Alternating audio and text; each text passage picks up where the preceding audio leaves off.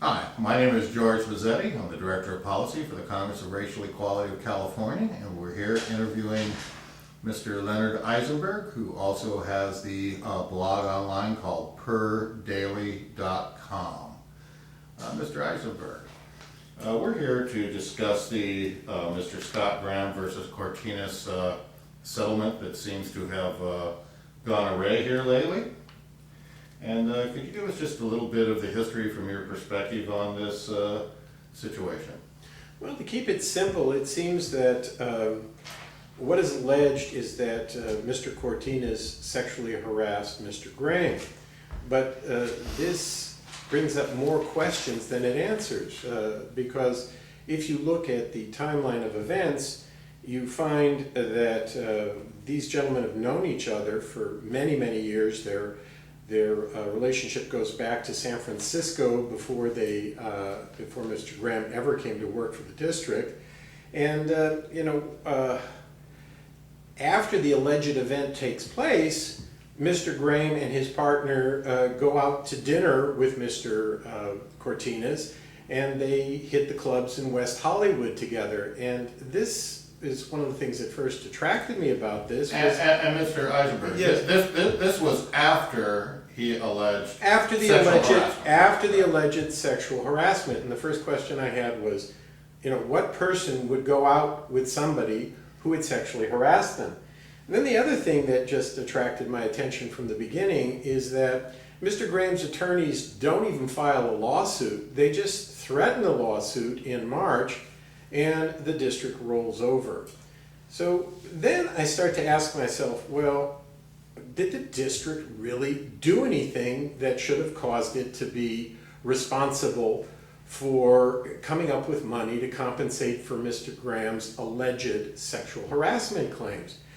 And I think about this notion that it's what's called respondeat superior. If somebody within the scope of their employment commits a bad act, their respondeat superior, in this case, the Los Angeles Unified School District, would be responsible. But the question is, was this done in either the scope of employment, because the alleged harassment took place at Mr. Cortines' ranch at a time outside of employment? And then the other issue is this action actually within the scope of employment? If the district, and as a district employee, even though I'm on unpaid administrative leave, all district employees have had training in terms of sexual harassment. The district has fulfilled its duty by training all employees about sexual harassment, and one must assume that the superintendent who is responsible for implementing this program himself had sexual harassment training.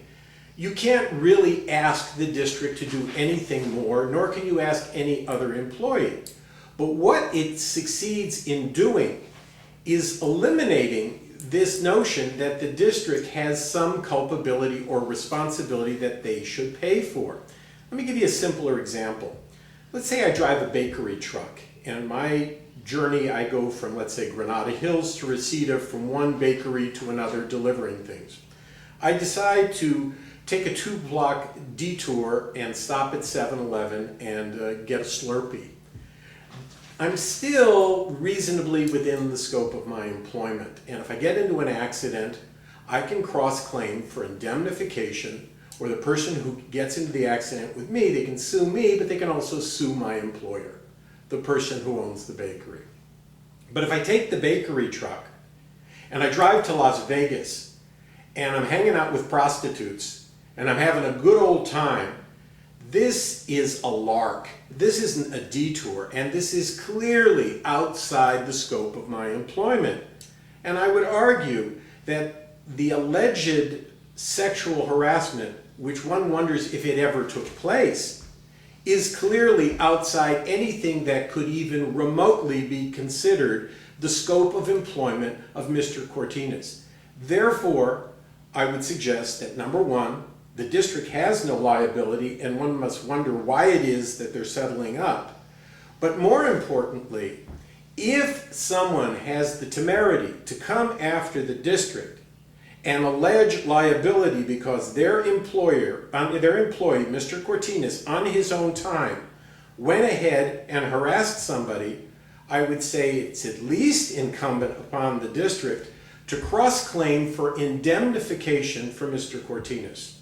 And I think Mr. Cortines would have no problem paying such an indemnification, given the fact that for 10 years, in complete derogation of his responsibility as superintendent, he took $150,000 a year from Scholastics while doing business and having a $14 million contract with Scholastics. Now, Monica Garcia, another incompetent, seems to think that it's okay, Ray, that you have this conflict of interest. I would say at the very least, it put the district on inquiry notice that Mr. Cortines was something less than a reputable employee, and they should have taken action at that point.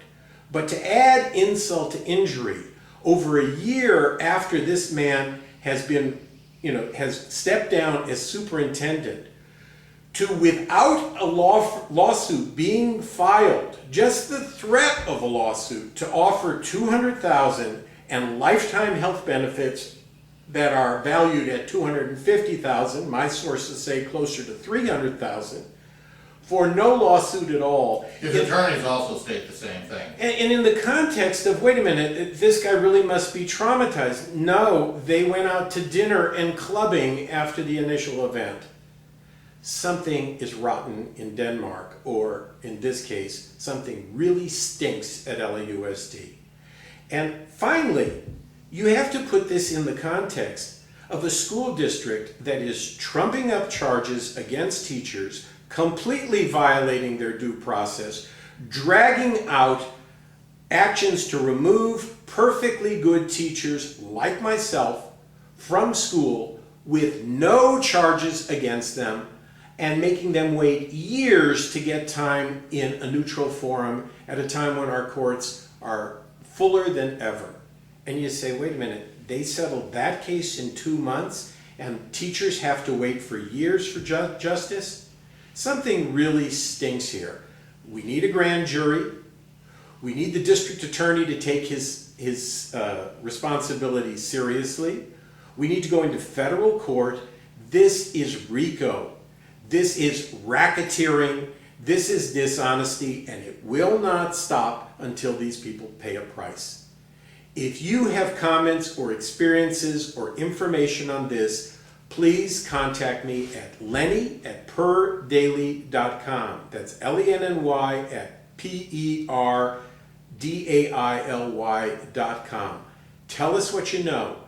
Do it either anonymously or do it openly. But do it, because as long as LAUSD continues to be run like this, public education in our city and throughout this country are in real danger. Thanks for your time. Thank you, Mr. Isenberg. This is George Bazzetti, Director of Policy from the Congress of Racial Equality, saying thank you very much for watching this video.